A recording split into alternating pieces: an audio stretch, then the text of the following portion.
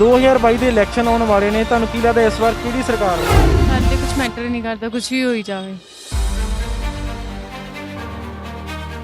ਹਰ ਦੁਕਾਨ ਦੇ ਵਿੱਚ ਮੰਦਾ ਚੱਲ ਰਿਹਾ। ਸਿਸਟਮ ਆਉਣਾ ਚਾਹੀਦਾ ਸਰ, ਸਾਰੇ ਦਾ ਜ਼ੋਰ ਆਉਂਦੇ, ਕੀ ਕਰੀਏ, ਕਿਹਨੂੰ ਵੋਟ ਦੇਈਏ? ਕੀ ਦਿੰਦੀ ਪਈ ਸਰਕਾਰ ਅੱਜ ਕੱਲ੍ਹ? ਕੁਛ ਨਹੀਂ ਦਿੰਦੀ ਪਈ ਹੈ। ਅੱਜ ਕੱਲ੍ਹ ਤਾਂ ਮਿਹਨਤ ਕਰਕੇ ਵੀ ਰੋਟੀ ਖਾਣੀ ਬੜੀ ਔਖੀ ਹੋ ਗਈ ਹੈ। ਆਪਾਂ ਮਿਹਨਤ ਕਰਨੀ ਹੈ ਤੇ ਮੇਰੀ ਰੋਟੀ ਖਾਣੀ। ਅੱਜ ਕੱਲ੍ਹ ਮਿਹਨਤ ਕਰਕੇ ਵੀ ਪੈਸੇ ਨਹੀਂ ਪੂਰੇ ਹੁੰਦੇ, ਸਮਾਨ ਦੇ ਪੈਸੇ ਨਹੀਂ ਪੂਰੇ ਹੁੰਦੇ। 6 ਵਜੇ ਲਾਕਡਾਊਨ ਹੋ ਜਾਂਦਾ। 2022 ਦੇ ਇਲੈਕਸ਼ਨ ਆਉਣ ਵਾਲੇ ਨੇ, ਤੁਹਾਨੂੰ ਕੀ ਲੱਗਦਾ ਇਸ ਵਾਰ ਕਿਹੜੀ ਸਰਕਾਰ ਹੋਊ? ਮੈਨੂੰ ਤਾਂ ਲੱਗਦਾ ਕਿਸੇ ਦੀ ਸਰਕਾਰ ਆਣੀ ਨਹੀਂ ਚਾਹੀਦੀ, ਜਨਤਾ ਦੀ ਸਰਕਾਰ ਹੋਣੀ ਚਾਹੀਦੀ ਹੈ। ਪਾਣੀ ਨਹੀਂ ਚਾਹੀਦੀ ਕਿਸੇ ਨੂੰ, ਬਿਲਕੁਲ ਨਹੀਂ ਪਾਣੀ ਚਾਹੀਦੀ। मतलब कि इन्ना क बुरा हाल इंडिया का। अच्छे दिन आएंगे, अच्छे दिन आएंगे, मैनू नहीं लगता कि कोई अच्छे दिन आए हैं। ਸਰਕਾਰਾਂ ਵਿੱਚ ਤੁਹਾਡੀ ਕੀ ਮੰਗ ਹੈ? ਮੈਡੀਕਲ ਫ੍ਰੀ ਹੋਣਾ ਚਾਹੀਦਾ, ਠੀਕ ਹੈ ਜੀ। ਗਰੀਬ ਨੂੰ ਰਾਸ਼ਨ ਮਿਲਣਾ ਚਾਹੀਦਾ, ਬਿਜਲੀ ਸਸਤੀ ਹੋਣੀ ਚਾਹੀਦੀ। ਬਿਜਲੀ ਬਹੁਤ ਮਹਿੰਗੀ ਹੈ, ਪੈਟਰੋਲ ਦਾ ਕੋਈ ਅੰਕੁਸ਼ ਹੀ ਨਹੀਂ ਹੈ। ਪੈਟਰੋਲ ਦੇਖੋ ਕਿੰਨਾ ਮਹਿੰਗਾ, ਦਾਲਾਂ ਕਿੰਨੀਆਂ ਮਹਿੰਗੀਆਂ।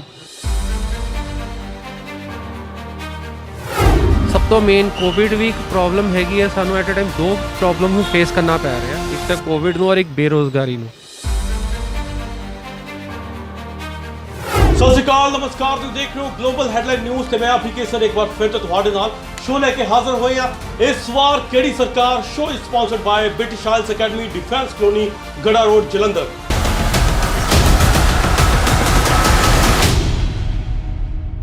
ਲਗਾਤਾਰ ਗਲੋਬਲ ਹੈਡਲਾਈਨ ਨਿਊਜ਼ ਦੀ ਟੀਮ ਤੁਹਾਨੂੰ ਲਗਾਤਾਰ ਹਰ ਇੱਕ ਸ਼ਹਿਰ ਤੇ ਹਰ ਇੱਕ ਪਿੰਡ ਤੋਂ ਲੋਕਾਂ ਦੇ ਲਾਈਵ ਰਿਵਿਊਜ਼ ਦੇ ਰਹੀ ਹੈ ਕਿ 2022 ਦੇ ਵਿੱਚ ਇਲੈਕਸ਼ਨਸ ਨੂੰ ਲੈ ਕੇ ਲੋਕਾਂ ਦੀ ਕੀ ਵਿਚਾਰਧਾਰਾ ਹੈ, ਲੋਕੀ ਕੀ ਸੋਚਦੇ ਨੇ, ਜਾਂ ਕਿਹੜੇ ਪਿੰਡ ਦੇ ਵਿੱਚ, ਕਿਹੜੇ ਏਰੀਆ ਦੇ ਵਿੱਚ ਕਿਹੜੀ ਸਰਕਾਰ ਦਾ ਜ਼ਿਆਦਾ ਬੋਲਬਾਲਾ ਹੈ।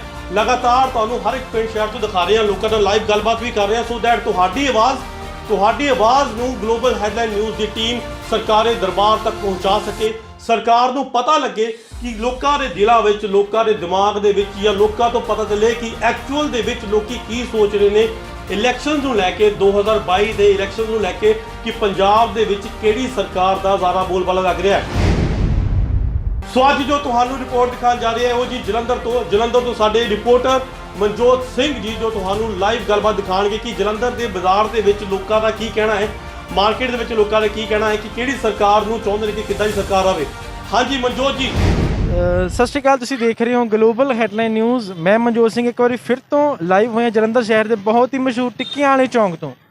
ਜਿਵੇਂ ਕਿ ਸਭ ਨੂੰ ਪਤਾ ਕਿ 2022 ਦੇ ਇਲੈਕਸ਼ਨ ਆਉਣ ਵਾਲੇ ਨੇ, ਲੋਕਾਂ ਵਿੱਚ ਵੀ ਬਹੁਤ ਹੀ ਸਵਾਲ ਹੈ ਕਿ ਕਿਹੜੀ ਸਰਕਾਰ ਆਊਗੀ। ਆਪਾਂ ਉਹੀ ਗੱਲਬਾਤ ਕਰਾਂਗੇ ਇੱਥੋਂ ਦੇ ਲੋਕਾਂ ਦੇ ਨਾਲ।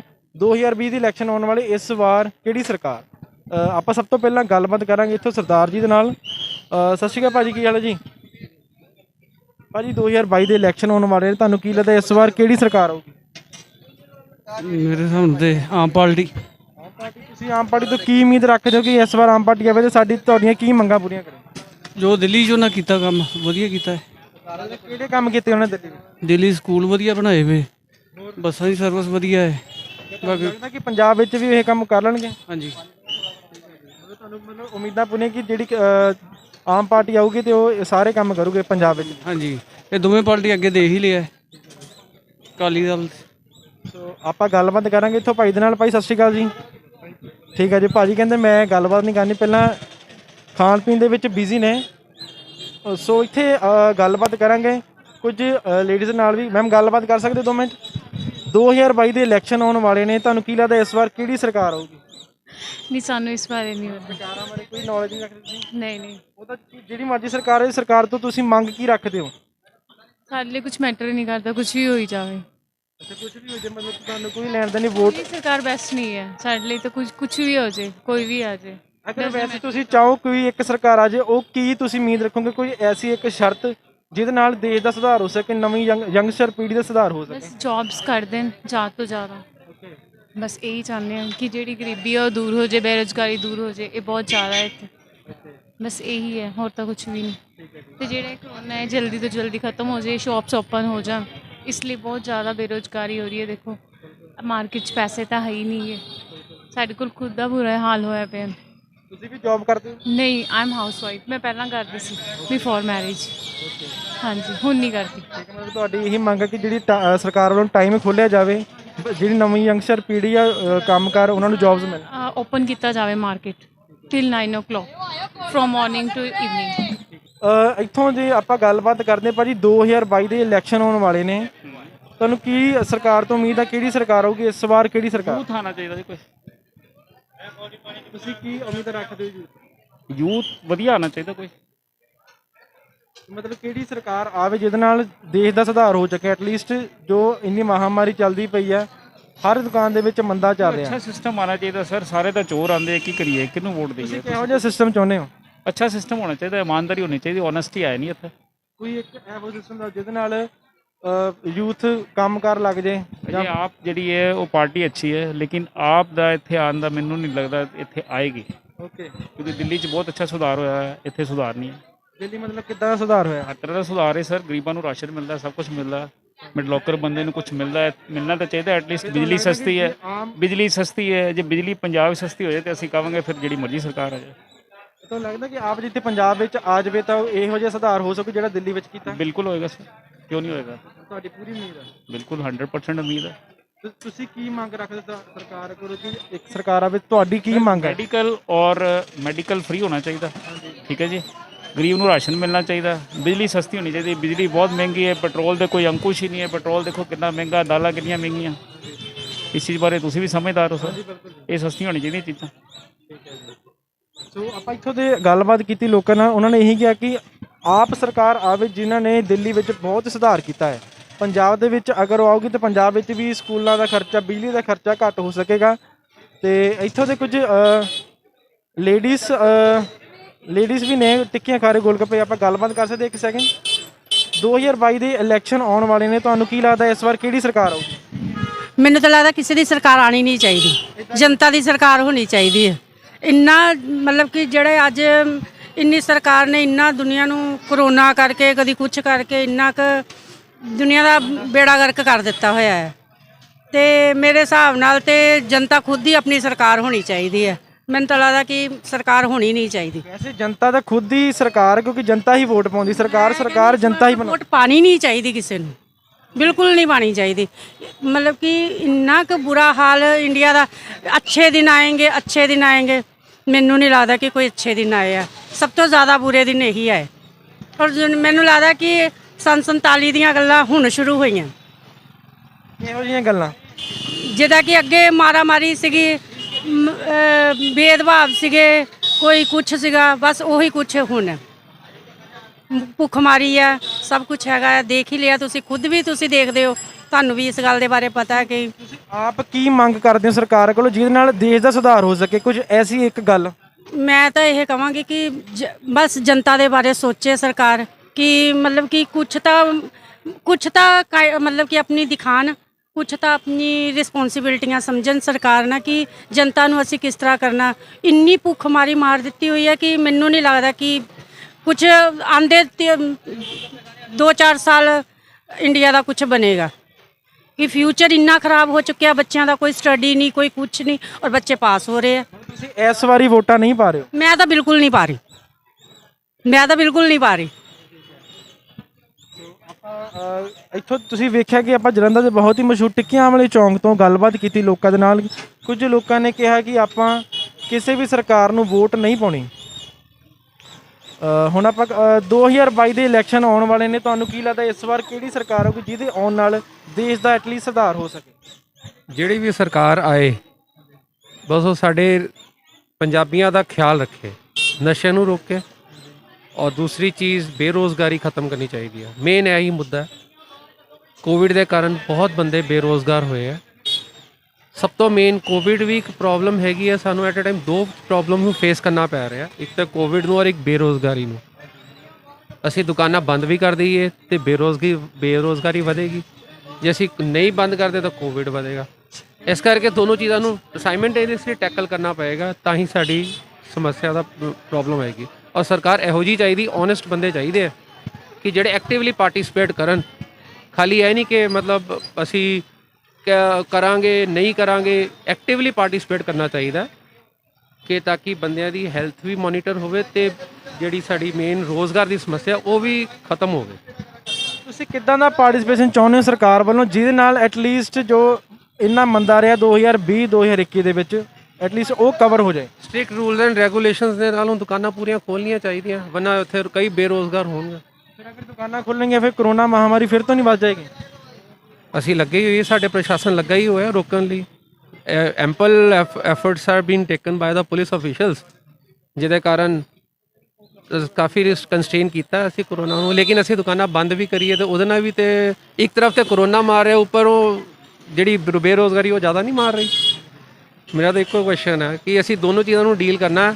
ਉਹ ਤੇ ਕੰਟਰੋਲ 'ਚ ਆ ਗਿਆ ਤੇ ਇਹ ਕਿੱਦਾਂ ਕੰਟਰੋਲ 'ਚ ਆਏਗੀ? ਇਹ ਤਾਂ ਹੀ ਕੰਟਰੋਲ 'ਚ ਆਏਗੀ ਜੇ ਅਸੀਂ ਦੁਕਾਨਾਂ ਦਾ ਪੂਰਾ ਟਾਈਮ ਕਰਾਂਗੇ। ਇੱਕ ਸਰਕਾਰ ਬਾਰੇ ਦੱਸੋ ਜਿਹਦੇ ਨਾਲ ਤੁਹਾਨੂੰ ਪੂਰਾ ਯਕੀਨ ਆ ਉਹਨਾਂ ਤੇ ਕਿ ਉਹਨਾਂ ਦੇ ਆਉਣ ਨਾਲ ਕੀ ਕਿਸੇ ਦਾ ਸਪੈਸੀਫਾਈ ਕਰ ਹੀ ਨਹੀਂ ਸਕਦਾ।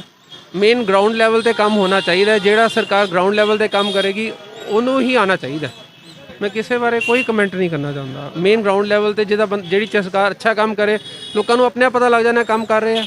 ਮੇਰੇ ਕਹਿਣ ਨਾਲ ਜਾਂ ਤੁਹਾਡੇ ਕਹਿਣ ਨਾਲ ਇਹ ਤੇ ਹੋਣਾ ਨਹੀਂ ਕਿ ਅਸੀਂ ਕਹਾਂਗੇ ਕਿ ਇਹ ਕੰਮ ਕਰ ਰਹੇ ਤੇ ਅਸੀਂ ਮੰਨ ਲਾਂਗੇ।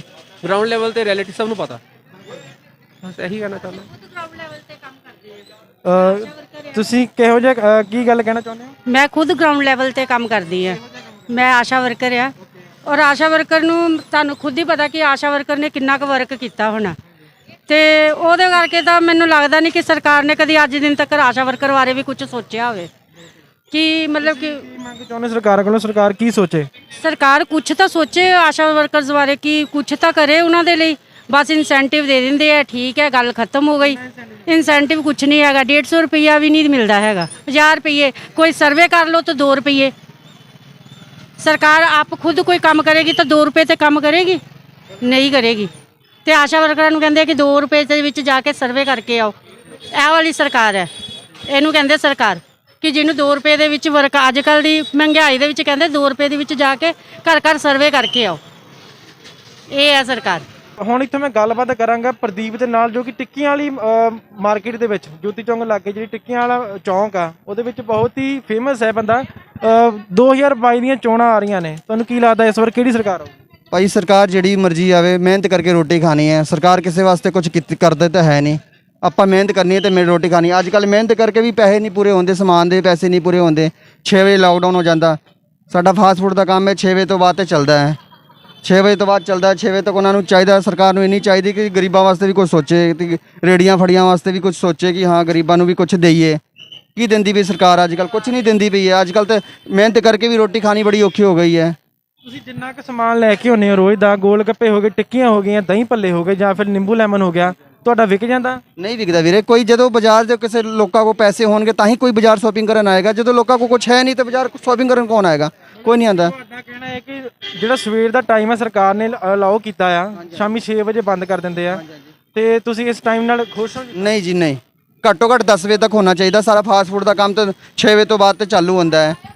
ਵਿਆਹਾਂ ਪਾਰਟੀਆਂ ਦਾ ਵੀ ਕੰਮ ਅਸੀਂ ਕਰਦੇ ਹਾਂ, ਉਹ ਵੀ ਠੱਪ ਪਿਆ ਹੋਇਆ। ਕੋਈ ਕੰਮਕਾਰ ਹੈ ਨਹੀਂਗਾ, ਬਿਲਕੁਲ ਵਿਹਲੇ ਬੈਠੇ ਹੋਏ ਨੇ।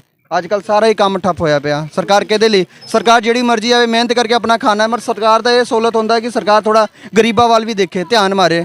ਕੋਈ ਨਹੀਂ ਧਿਆਨ ਮਾਰਦਾ। ਕੀ ਮੈਸੇਜ ਦੇਣਾ ਚਾਹੁੰਦੇ ਕੋਈ ਇੱਕ ਇਹੀ ਗੱਲ ਹੋਵੇ, ਕੁਝ ਐਸੀ ਇੱਕ ਮੰਗ ਹੋਵੇ ਜਿਹਦੇ ਨਾਲ ਬਾਕੀਆਂ ਦਾ ਵੀ ਸੁਧਾਰ ਹੋ ਸਕੇ ਤੇ ਦੇਸ਼ ਦਾ ਵੀ? ਭਾਈ ਸਰਕਾਰ ਨੂੰ ਇਹੀ ਮੰਗ ਹੈ ਕਿ ਸਾਰਿਆਂ ਵਾਸਤੇ ਸੋਚੇ ਸਰਕਾਰ, ਕਿ ਸਭ ਨੂੰ ਦੇਵੇ, ਕਿ ਟਾਈਮ ਦੇਵੇ, ਥੋੜਾ ਖੋਲ ਦੇਵੇ। ਹੁਣ ਚਲੋ ਜਿੰਨਾ ਟਾਈਮ ਮਾੜਾ ਟਾਈਮ ਗਿਆ ਉਹਨੂੰ ਜਿਹੜਾ ਸੌਖਾ ਟਾਈਮ ਹੈ ਹੁਣ ਬੰਦਾ ਖੋਲੇ। ਵਿਆਹ ਸ਼ਾਦੀ ਲੋਕੀ ਕਿੰਨੇ ਪਰੇਸ਼ਾਨ ਹੈ ਕਿ ਵਿਆਹ ਸ਼ਾਦੀ ਵੀ ਨਹੀਂ ਹੋ ਰਹੇ ਨੇ, ਉੱਦਾਂ ਹੀ ਠੱਪ ਹੋਇਆ ਪਿਆ ਸਾਰਾ ਕੰਮਕਾਰ। ਵਿਆਹ ਸ਼ਾਦੀ ਵੀ ਖੋਲੇ, ਰਾਤੀ 10 ਵਜੇ ਤੱਕ ਖੋਲੇ।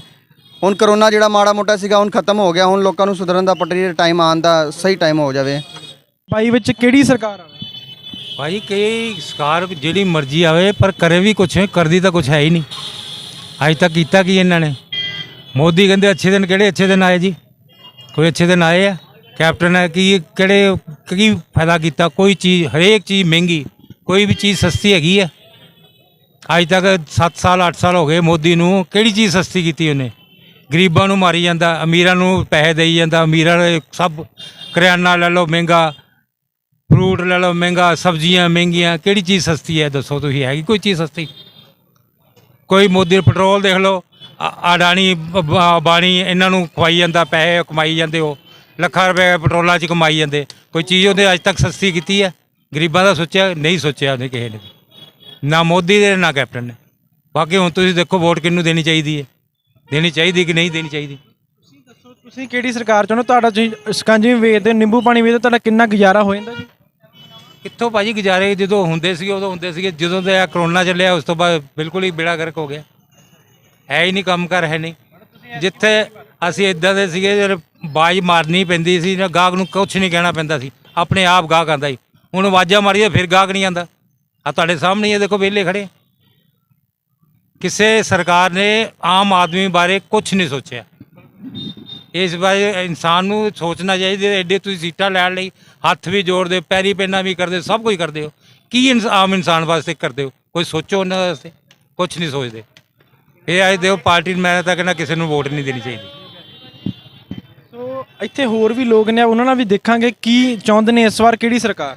ਸਰ ਸਰਕਾਰ ਤੇ ਕੰਮ ਠੀਕ ਕਰ ਰਹੀ ਹੈ ਪੰਜਾਬ ਦੇ ਵਿੱਚ, ਕਾਂਗਰਸ ਕੋਈ ਸ਼ੱਕ ਨਹੀਂ, ਪਰ ਕਾਂਗਰਸ ਨੂੰ ਪਿੱਛੋਂ ਹੀ ਨਹੀਂ ਮਦਦ ਮਿਲ ਰਹੀ ਕੇਂਦਰ ਵੱਲੋਂ।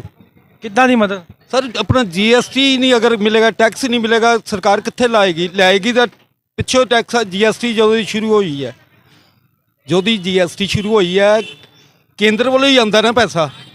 ਜੇ ਕੇਂਦਰੋਂ ਪੈਸੇ ਨਹੀਂ ਸਾਨੂੰ ਪੂਰਾ ਮਿਲੇਗਾ ਤੇ ਪੰਜਾਬ ਗੌਰਮੈਂਟ ਇਕੱਲੀ ਘਰੋਂ ਦਾ ਕੋਈ ਵੀ ਨਹੀਂ ਲਿਆਊਗਾ।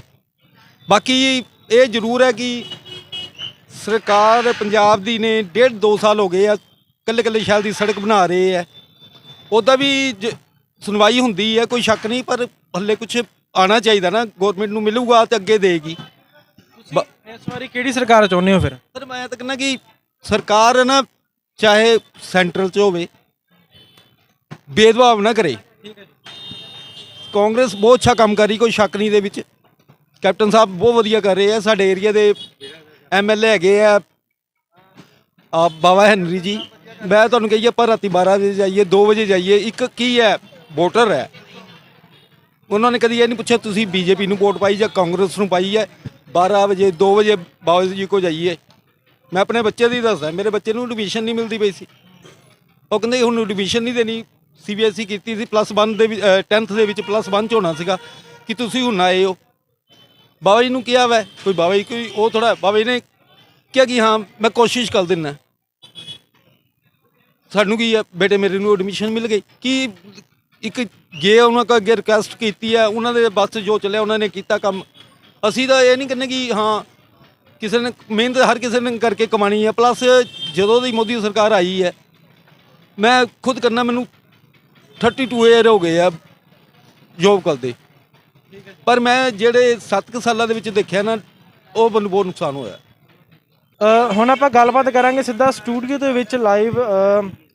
ਜੀ ਹਾਂ, ਵੀ ਕੇਸਰ ਇੱਥੋਂ ਦੇ ਲੋਕਾਂ ਨੇ ਇਹੀ ਕਿਹਾ ਕਿ ਜਿਹੜੀ ਮਰਜ਼ੀ ਸਰਕਾਰ ਆਵੇ, ਐਟਲੀਸਟ ਜੋ 2020-2021 ਦੇ ਵਿੱਚ ਇੰਨਾ ਕੰਮ ਮੰਦਾ ਰਿਹਾ, ਐਟਲੀਸਟ ਉਹ ਰਿਕਵਰੀ ਹੋ ਜਾਏ। ਕਿਉਂਕਿ ਹਰ ਬੰਦਾ ਚਾਹੁੰਦਾ ਹੈ ਕਿ ਸਰਕਾਰ ਜਿਹੜੀ ਮਰਜ਼ੀ ਹੋਵੇ, ਬਟ ਸਾਡਾ ਜਿਹੜਾ ਕੰਮ ਆ ਉਹ ਚੱਲਦਾ ਰਹੇ, ਉਹ ਕੰਮ ਨਾ ਰੁਕੇ। ਜਿਹੜਾ ਸਰਕਾਰ ਨੇ ਟਾਈਮ ਦਿੱਤਾ ਹੈ ਸਵੇਰੇ 9 ਵਜੇ ਤੋਂ ਲੈ ਕੇ 6 ਵਜੇ ਤੱਕ ਦਾ, ਉਹਨਾਂ ਨੇ ਕਿਹਾ ਕਿ ਦੁਪਹਿਰੇ ਲੋਕ ਸ਼ਾਪਿੰਗ ਵਾਸਤੇ ਨਹੀਂ ਨਿਕਲਦੇ ਘਰੋਂ, ਕਿਉਂਕਿ ਲੋਕ ਸ਼ਾਮ ਨੂੰ ਹੀ ਸ਼ਾਪਿੰਗ ਕਰਨਾ ਪਸੰਦ ਕਰਦੇ ਨੇ।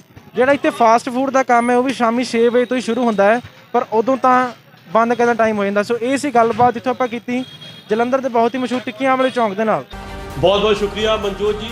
ਸੋ ਮਨਜੋਤ ਜੀ ਨੇ ਜੋ ਆਪਾਂ ਨੂੰ ਇਹ ਹਾਲ ਸਾਰਾ ਜਲੰਧਰ ਦੀ ਮਾਰਕੀਟ ਦਾ ਦਿਖਾਇਆ, ਲੋਕਾਂ ਨਾਲ ਗੱਲਬਾਤ ਕੀਤੀ, ਤੇ ਜ਼ਾਹਿਰ ਇਹੀ ਹੁੰਦਾ ਕਿ ਲੋਕੀ ਸਰਕਾਰ ਤੋਂ ਬੇਹੱਦ ਪਰੇਸ਼ਾਨ ਹੋ, ਚਾਹੇ ਕਿਹੜੀ ਸਰਕਾਰ ਵੀ ਹੋਵੇ। ਉਹਨਾਂ ਨੇ ਕਿਹਾ ਕਿ ਸਾਨੂੰ ਹੁਣ ਇਸ ਵਕਤ ਸਰਕਾਰਾਂ ਤੇ ਭਰੋਸਾ ਨਹੀਂ ਰਿਹਾ। ਉਹ ਚਾਹੁੰਦੇ ਆ ਕਿ ਇਲੈਕਸ਼ਨ ਹੋਣ ਨਾ, ਤੇ ਸ਼ਾਇਦ ਉਹਨਾਂ 'ਚੋਂ ਕਈਆਂ ਨੇ ਤਾਂ ਕਿਹਾ ਕਿ ਅਸੀਂ ਵੋਟ ਹੀ ਨਹੀਂ ਪਾਉਣ ਜਾਵਾਂਗੇ, ਲੇਕਿਨ ਇੱਦਾਂ ਨਹੀਂ ਹੈ।